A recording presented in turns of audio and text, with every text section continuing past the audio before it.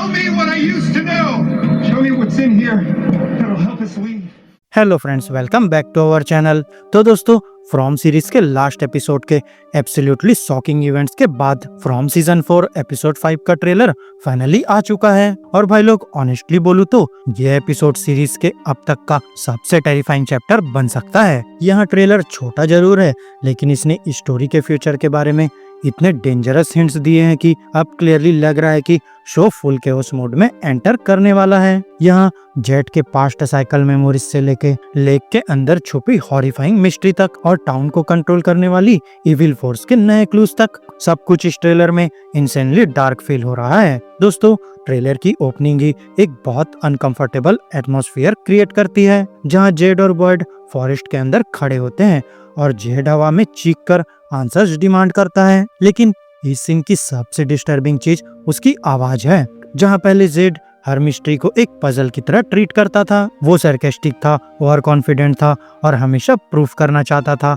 कि वो सबसे स्मार्ट है। लेकिन दोस्तों, अब वो वर्जन कम्प्लीटली डिसअपीयर हो चुका है। अब यहाँ जेड जेन्युइनली डरा हुआ लग रहा है। उसने क्रिस्टोफर के बारे में जो कुछ डिस्कवर किया, रिपीटिंग साइकिल्स और उसके विजन्स, इन सब के बाद जेड को फाइनली रियलाइज हो गया कि ये टाउन उससे पर्सनली कनेक्टेड है और अब उसे नहीं लगता कि वो बस एक और अनलकी इंसान है जो यहाँ ट्रैप हो गया, बल्कि अब उसे लगने लगा है कि वो इस नाइटमेयर का पार्ट बहुत पहले से रहा है। और दोस्तों, यही चीज यहाँ सब कुछ चेंज कर देती है। यहाँ ट्रेलर स्ट्रांगली हिंट करता है कि एपिसोड 5 में जेड फाइनली अपनी प्रीवियस साइकिल्स की मेमोरीज अनलॉक करेगा और शायद वही मशरूम ट्रिप इसमें इम्पोर्टेंट रोल प्ले करे जो सीजन के स्टार्ट में टीज हुए थे। और दोस्तों, इसी वजह से ट्रेलर के काफी सीन्स में बॉयड उसके साथ दिखता है। यहाँ बॉयड क्लियरली अनकंफर्टेबल है। उसे यहाँ ट्रस्ट नहीं कि ये सब सेफ है, लेकिन साथ ही उसे ये भी पता है कि जेड ही शायद वो इंसान है जो सच तक पहुँच सकता है। और फिर दोस्तों, यहाँ सबसे इंटरेस्टिंग पार्ट है जेड का इमोशनल शिफ्ट। पहले वो आंसर्स क्यूरोसिटी में ढूंढ रहा था,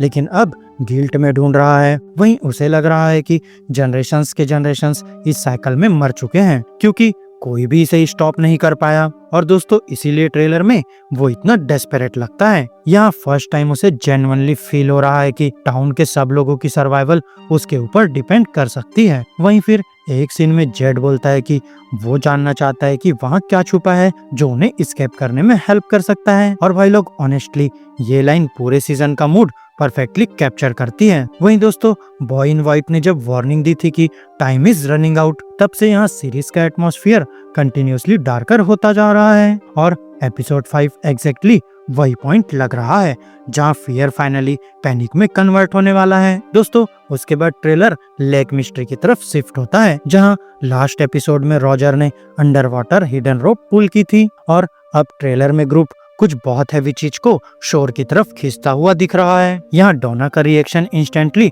स्टैंड आउट करता है जब वो टेबिता से पूछती है, क्या लेक में कोई ऐसी चीज है जिससे हमें डरना चाहिए। और दोस्तों, यहाँ ये लाइन बहुत इंपॉर्टेंट फील होती है, क्योंकि अब क्लियरली कंफर्म हो रहा है कि लेक स्टोरी लाइन कोई रैंडम साइड मिस्ट्री नहीं है, बल्कि यहाँ ये डायरेक्टली टाउन की मैथोलॉजी से कनेक्टेड है। वहीं ट्रेलर हेविली इम्प्लाई करता है कि वाटर के अंदर जो चीजें छुपी हुई थी वो डॉल्स या स्केयरक्रो लाइक फिगर्स है। और अगर ये सच है तो ये फाइनली सीजन 3 के टेबिथा के चाइल्डहुड मेमोरी को एक्सप्लेन कर सकता है, जहाँ यंग टेबिथा ने लेक के पास टेरिफाइंग फिगर्स देखे थे और दोस्तों, वो मेमोरी उसे डीपली ट्रॉमेटाइज कर गई थी। और अब लग रहा है कि वही एंटिटीज प्रेजेंट टाइमलाइन में वापस आ रही है। लेकिन चीज और ज्यादा क्रिपी तब हो जाती है जब ट्रेलर के कुछ शॉट्स में लगता है कि इनमें से एक फिगर वायलेंटली वॉल तोड़कर बाहर निकल रहा है, ऑलमोस्ट जैसे वो डॉल्स एक्चुअली अलाइव हो। और दोस्तों, अगर ये सच हुआ तो इसका मतलब ये हो सकता है कि जिन लोगों ने उन्हें अंडर वाटर हाइड किया था वो उनकी वर्शिप नहीं कर रहे थे, बल्कि वो उन्हें इम्प्रिजन करने की कोशिश कर रहे थे। और दोस्तों, वहीं से एक हॉरिफाइंग क्वेश्चन स्टार्ट होता है कि आखिर उन्हें लेक के नीचे बरी किसने किया। और फिर दोस्तों, हिडन रोप क्लियरली सजेस्ट करती है कि किसी ने इंटेंशनली उन्हें ट्रैप्ड और फॉरगेटन रखना चाहा था। शायद प्रीवियस रेजिडेंट को उन्हें कंटेन करने का कोई तरीका मिल गया था, या फिर हो सकता है कि ये भी टाउन का एक और मैनिपुलेशन हो, क्योंकि फ्रॉम का सबसे स्कैरी एस्पेक्ट हमेशा साइकोलॉजिकल गेम्स रहे हैं। यहाँ हर आंसर के बाद और भी डेंजरस मिस्ट्री क्रिएट हो जाती है। साथ ही दोस्तों, ट्रेलर टेबिता पर भी बहुत फोकस करता है। यहाँ जेट की तरह वो भी रियलाइज करने लगी है कि उसकी मेमोरीज प्रीवियस साइकिल से कनेक्टेड हैं। यहाँ शो स्लोली बिल्ड कर रहा था इस आइडिया को कि जेड और टेबिथा दोनों पहले भी इस नाइटमेयर का पार्ट रह चुके हैं। और दोस्तों एपिसोड 5 शायद वही मोमेंट होगा जहाँ ये buried memories fully resurfacing start करेंगी और इसी वजह से ये एपिसोड इतना इम्पोर्टेंट फील हो रहा है। दोस्तों अब स्टोरी सिर्फ रात में घूमते मॉन्स्टर्स के बारे में नहीं रही, बल्कि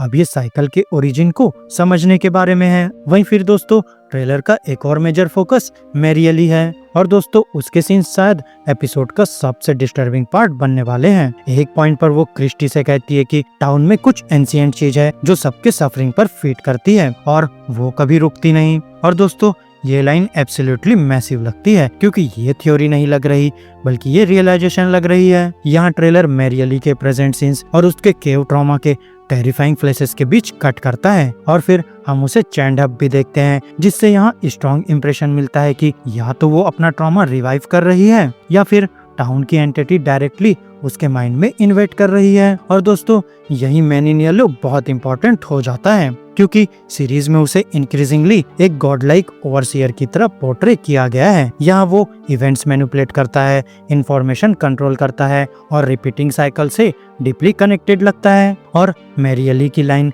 कि कोई एंशिएंट फोर्स सबके पेन पर फीट कर रही है वो परफेक्टली उसके साथ अलाइन करती है। अब दोस्तों सबसे डिस्टर्बिंग पॉसिबिलिटी ये है कि शायद टाउन खुद फियर, ग्रीफ और होपलेसनेस कंज्यूम करके सरवाइव करता है, इसीलिए यहाँ हर एस्केप अटेम्प्ट और सफरिंग क्रिएट करता है। और जितना क्लोज कैरेक्टर्स ट्रूथ के पास जाते हैं टाउन उतना ही वायलेंटली रिएक्ट करता है। अब दोस्तों यहाँ ट्रेलर एक डार्कर फिलोसॉफिकल एंगल भी टीज करता है, जहाँ प्रीवियस एपिसोड में सोफिया और मैरियली फेथ के टॉपिक पर आर्ग्यू कर रहे थे। वहाँ मैरियली का मानना था कि अगर ऐसी जगह एग्जिस्ट करती है तो डेफिनेटली कोई बेनिवोलेंट हायर पावर नहीं हो सकता, लेकिन यहाँ हॉरिफाइंग आयरनी ये है कि शायद हायर पावर एग्जिस्ट करती है, बस वो इविल है। और दोस्तों फिर ट्रेलर का शायद सबसे क्रीपी मोमेंट आता है क्वेस्ट। यहाँ जेट के विजन क्वेस्ट के ड्यूरिंग एक यंग बॉय वायलिन पकड़े हुए उसके सामने अपीयर होता है। दोस्तों ये इमेजरी इंस्टेंटली स्टैंड आउट करती है क्योंकि वायलिन सीजन 3 फिनाले के बाद से जेट के साथ डीपली कनेक्टेड होता रहा है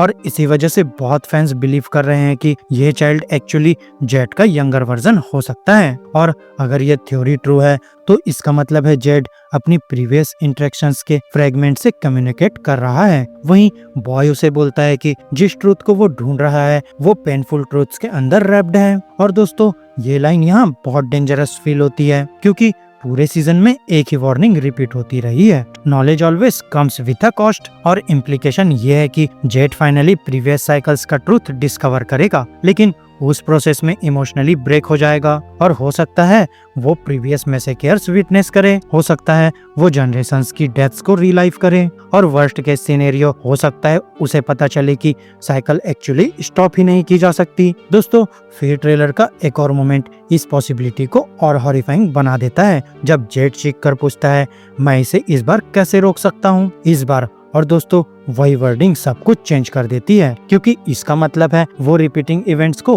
प्रीवियस साइकिल्स के कॉन्टेक्स्ट में देख रहा है। यहाँ विक्टर ने एक मैसेकेयर सरवाइव किया था, हेनरी ने ट्रूथ के कुछ पीसेस डिस्कवर किए थे, जूली ने स्टोरी वॉकिंग विजन्स में फ्रेगमेंट्स देखे थे, लेकिन अब लग रहा है यहाँ Z full horror first hand witness करने वाला है। और अगर उसे जेन्युइनली पता चल गया कि एक और मैसेकेयर आने वाला है तो बॉयड के लिए टाउन को कंट्रोल करना इम्पॉसिबल हो जाएगा। और दोस्तों जिस मोमेंट लोगों को रियलाइज होगा कि हिस्ट्री रिपीट हो रही है तो यहाँ पूरे टाउन में पैनिक एक्सप्लोड हो जाएगा। दोस्तों फिर ट्रेलर के फाइनल शॉट्स इजिली सबसे डिस्टर्बिंग है। यहाँ जेट कैप्स के अंदर होता है जब मॉन्स्टरस फिगर उसे पकड़कर एक पीठ में लोअर करते हुए दिखते हैं और फिर उसे कवर कर देते हैं। यहाँ ये विजुअल जेन्युइनली नाइटमेयर फील होता है। और दोस्तों ये एक मैसिव क्वेश्चन लीव करता है कि क्या ये फिजिकली हो रहा है या फिर ये एक सिंबॉलिक विजन है। और भाई लोग अगर ये रियल हुआ तो बॉयड समहाउ उसे लूज कर देता है डिस्पाइट प्रॉमिस करने के कि वो उसके साथ रहेगा, लेकिन